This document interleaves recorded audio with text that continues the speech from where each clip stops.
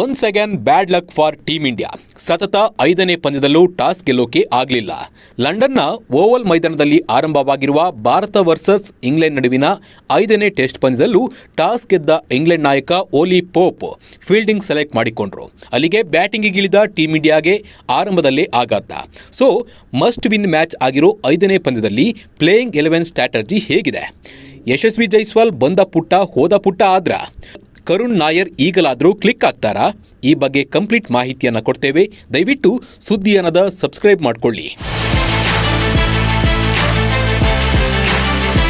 England ಗೆಲುವು, ಸರಣಿ ಸಮಬಲವೋ ಅಥವಾ ಭಾರತದ ಸೋಲು? ಈ 3 ಆಪ್ಷನ್ ಇದೆ 5ನೇ ಪಂದ್ಯದಲ್ಲಿ. Last but not the list ಅನ್ನೋ ಹಾಗೆ 5ನೇ ಮ್ಯಾಚ್ ತೀವ್ರ ಕುತೂಹಲ ಮೂಡಿಸಿದೆ. ಬೆನ್ ಸ್ಟೋಕ್ಸ್ ಇಲ್ಲದಿರುವುದು ಇಂಗ್ಲೆಂಡ್ಗೆ ಹೊಡೆತವಾಗಿದ್ದು ಓಲಿ ಪೋಪ್ ನಾಯಕತ್ವ ವಹಿಸಿದ್ದಾರೆ. ಓವಲ್ನಲ್ಲಿ ಮ್ಯಾಚ್ ಆರಂಭವಾಗಿದ್ದು ಇಂಗ್ಲೆಂಡ್ ಪಡೆ ಆರಂಭದಲ್ಲೇ ಬ್ರೇಕ್ ಥ್ರೂ ಪಡೆದಿದೆ. 4 ಬದಲಾವಣೆಯೊಂದಿಗೆ ಫೀಲ್ಡಿಗಿಳಿದ ಟೀಮ್ ಇಂಡಿಯಾ. ಸರಣಿ ಸಮಬಲಕ್ಕೆ ಪಣತೊಟ್ಟು ಫೀಲ್ಡಿಗಿಳಿದಿರುವ ಟೀಮ್ ಇಂಡಿಯಾ ಪ್ಲೇಯಿಂಗ್ 11ನಲ್ಲಿ 4 ಬದಲಾವಣೆಯನ್ನ ಮಾಡಿದೆ. Wicket keeper batter Rishabh Pant injury ಆಗಿರೋದ್ರಿಂದ ಅವರ ಬದಲಿಗೆ ಧ್ರುವ್ ಜುರೇಲ್ ಬಂದಿದ್ದಾರೆ. ಶಾರ್ದೂಲ್ ಠಾಕೂರ್ ಬದಲಿಗೆ ಕರುಣ್ ನಾಯರ್ಗೆ ಮತ್ತೊಂದು ಚಾನ್ಸ್ ಕೊಟ್ಟಿದ್ದಾರೆ. ಬೂಮ್ರಾ ಬದಲಿಗೆ ಪ್ರಸಿದ್ಧ ಕೃಷ್ಣ ಹಾಗೂ ಕಾಂಬೋಜ್ ಬದಲಿಗೆ ಆಕಾಶ್ ದೀಪ್ಗೆ ಅವಕಾಶವನ್ನು ನೀಡಲಾಗಿದೆ. ಅಂದರೆ ಈ ಮ್ಯಾಚ್ನಲ್ಲಿ ಒಬ್ಬ ಹೆಚ್ಚುವರಿ ಬ್ಯಾಟ್ಸ್ಮನ್ಗೆ ಮಣೆ ಹಾಕಲಾಗಿದೆ. ಕನ್ನಡಿಗರಿಗೆ ಖುಷಿಯ ವಿಚಾರ ಅಂದರೆ ಈ ಪಂದ್ಯದಲ್ಲಿ 3 ಕನ್ನಡಿಗರಿಗೆ ಚಾನ್ಸ್ ಸಿಕ್ಕಿದೆ. ಕರುಣ್ ನಾಯರ್, ಕೆಎಲ್ ರಾಹುಲ್ ಹಾಗೂ ಪ್ರಸಿದ್ಧ ಕೃಷ್ಣ ಈ 3 ಕಣಕ್ಕಿಳಿದಿದ್ದಾರೆ. ಕರುಣ್ ನಾಯರ್ಗೆ ಇದೇ ಲಾಸ್ಟ್ ಚಾನ್ಸ್ ಆಗುತ್ತಾ? 5ನೇ ಪಂದ್ಯ ಆರಂಭವಾಗುವ ಮುನ್ನ ಇದ್ದ ಬಿಗ್ಗೆಸ್ಟ್ ಕ್ವಶನ್ ಅಂದರೆ ಸಾಯಿ ಸುದರ್ಶನ್ ಅಥವಾ ಕರುಣ್ ನಾಯರ್ ಇಬ್ಬರಲ್ಲಿ ಯಾರಿಗೆ ಚಾನ್ಸ್ ಕೊಡ್ತಾರೆ ಅನ್ನೋದು. ಬಟ್ ಇಬ್ಬರಿಗೂ ಚಾನ್ಸ್ ಸಿಕ್ಕಿದೆ.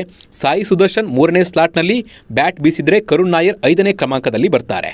ಬಟ್ ಈ ಪಂದ್ಯದಲ್ಲಾದರೂ ಬಿಗ್ ಇನ್ನಿಂಗ್ಸ್ ಬಂದರಷ್ಟೇ ಟೀಮ್ ಇಂಡಿಯಾದಲ್ಲಿ ಮುಂದಿನ ಒಂದಷ್ಟು ವರ್ಷ ಕ್ರಿಕೆಟ್ ಜರ್ನಿ ಕಂಟಿನ್ಯೂ ಆಗುತ್ತೆ. ಇಲ್ಲದೇ ಇದ್ದರೆ ಇದೇ ಕೊನೆ ಸರಣಿ ಆದರೂ ಅಚ್ಚರಿ ಇಲ್ಲ.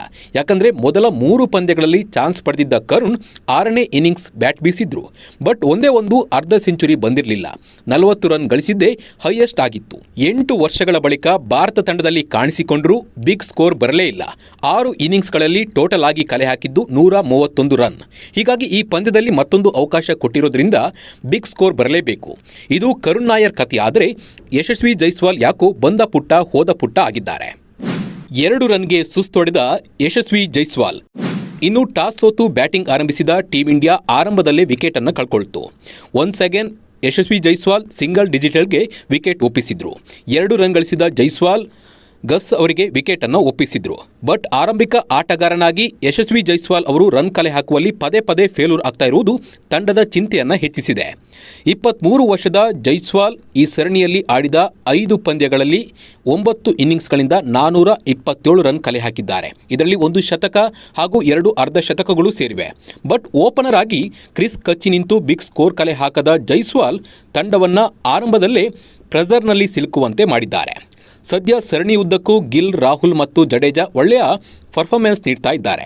ಅದರಲ್ಲೂ ಗಿಲ್ ಮತ್ತು ರಾಹುಲ್ 1000+ ಬಾಲನ್ನು ಫೇಸ್ ಮಾಡಿದ್ದಾರೆ. ಬಟ್ ಒಂದು ಸೆಟ್ ಬ್ಯಾಕ್ ಏನಪ್ಪ ಅಂದರೆ ಎಲ್ಲ ಪಂದ್ಯಗಳಲ್ಲೂ ಟಾಸ್ ಸೋತಿದ್ದೇವೆ. ಬ್ಯಾಟಿಂಗ್ ಆಡೋದಾ ಫೀಲ್ಡಿಂಗ್ ಆಡೋದಾ ಅಂತ ಸೆಟ್ ಮಾಡಿಕೊಳ್ಳೋಕೆ ಅವಕಾಶನೇ ಸಿಕ್ಕಿಲ್ಲ.